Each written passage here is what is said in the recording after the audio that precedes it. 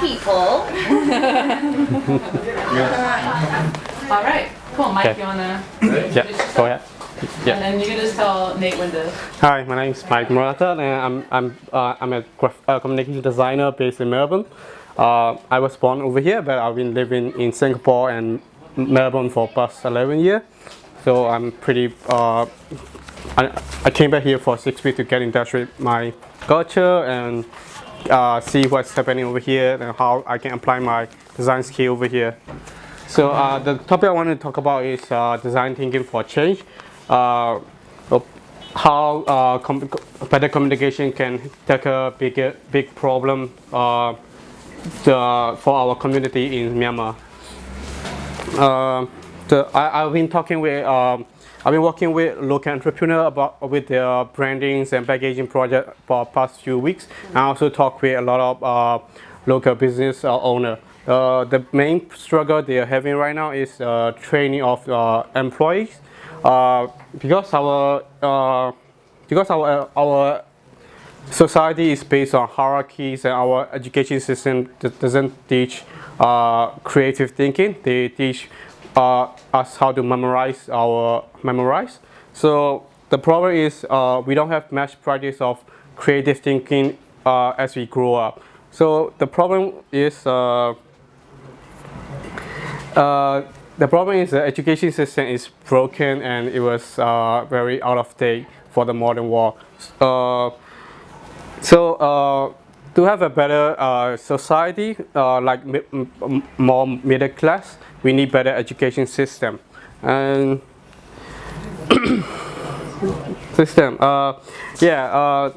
we need to in our society we show respect to our elders and seniors. So when we have an organization, we always wait for their orders. So because of the systematic flaws,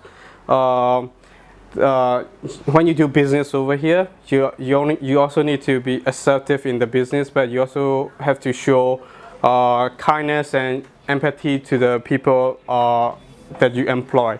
What we need is empowerment. To have a good overachieving team, you need to delegate responsibilities and authority. Delegation isn't very easy because if you do it by yourself, it's easier than training new people. But if you have good systems and train more people, the dividend will be much more better. So we need to encourage initiativeness in our businesses, and then we need to see a culture of innovation. You have to encourage people to speak out of their minds, and you need to have listen to them and have their say. I want to introduce about design thinking, which is based on which is essential to simplify and humanize ideas. The essentials are the core components are empathy, visualization, and experimentation. When you introduce new ideas, there's two problems: the artifacts of the problem, the new artifacts, and the intervention that affects to the society, to the community over here. Okay. You have to acknowledge the emotional needs of the people over here too. One of the good examples is the introduction of iPod. The pitch is very simple. I had 1,000 songs in your pocket. So after that, they introduce iTunes. They introduce game systems and all the other apps. The idea is to introduce a complex system slowly and to get people to make people get used to the system. One of the things I observed when I was traveling is a lot of people in the upper Myanmar, they ride bicycle, but they didn't wear helmet. So we have to understand why they didn't wear them. is it because of the weather too hot, or is it because of the helmet is uncomfortable to wear? We need to understand the main problem why they didn't wear them. Rather than we need to show them the statistic of the benefit of the helmet and the benefit with the statistics and facts. So statistics and facts, yeah.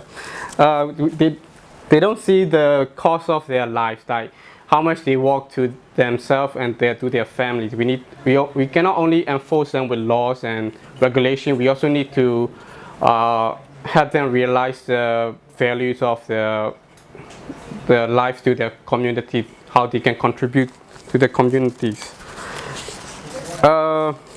Managers are trained to look at the past and present to predict the future, but we try to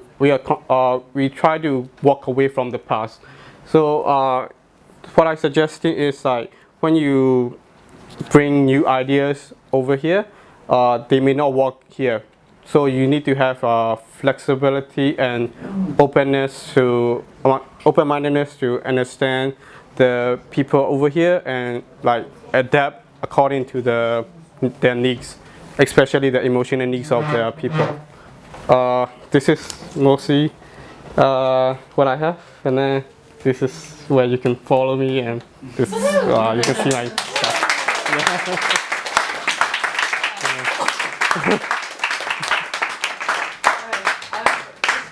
Yeah. So you're talking about growing up in the education system around creativity. Yeah. And how it's about memorization. How is creativity fostered? Like, how is it like for you growing up as a creative mind? My creativity came up pretty late in my development. I only know about designs and stuff when I went to Singapore when I was like 15. I studied engineering first because this is like the safest option. So I didn't know about anything about design, so I finished my engineering course, and then I decided it's not for me, and then I went to Australia and studied designs and stuff like that.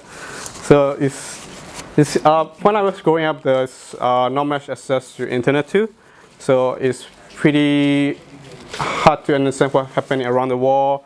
Like we feel very isolated, like when we're growing up. So now there's we have mobiles and everybody know what's happening around. It can be good and it can be bad. So yeah, so they still have a choice. Yeah. It's a difficult question to answer, but how do you think older companies, like not startups or things like that in Myanmar, but older companies, how can they kind of reform that they're thinking to incorporate this? I also talk with older business owners. Most of them are like more family-based, so their structure is pretty different to normal startup. So it's because the way they make money is different to how we make money right now. There's a lot of dealings and wheelings around going on, so I have no idea how to answer. It's very political, and I have no idea how to answer the question. So. I have one more because I really want to know. In the Myanmar education system, do they force you to write with your right hand? Yes, it's true. Like I'm left-handed. I born left-handed, but I write with my right hand because the teachers force us to do. So even though so whatever I do with my left, but my writing I use my right hand. But the one good thing came about is I write in copper plate, like calligraphy. The pens are specifically made for the right-handed people, so it's good for me in a way. Yeah. What design work have you been working on in Myanmar?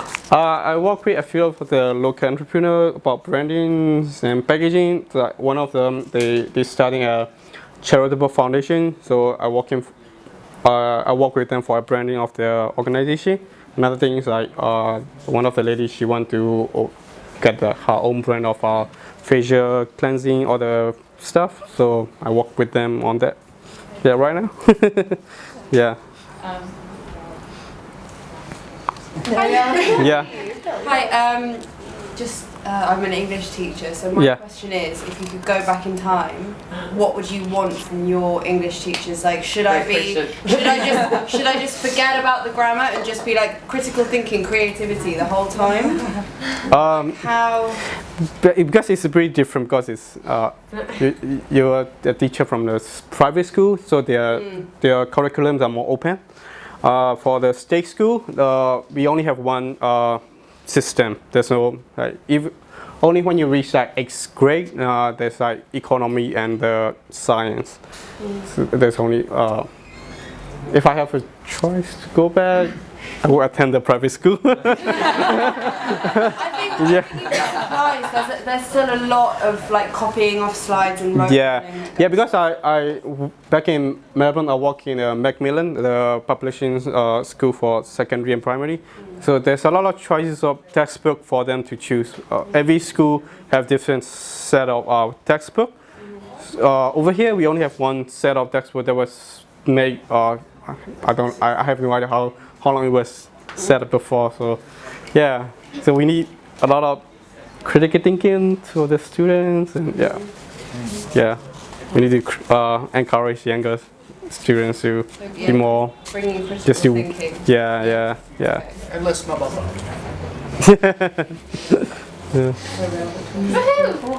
Yeah. Everybody grab more drinks, grab more snacks, and then we'll finish with the last two.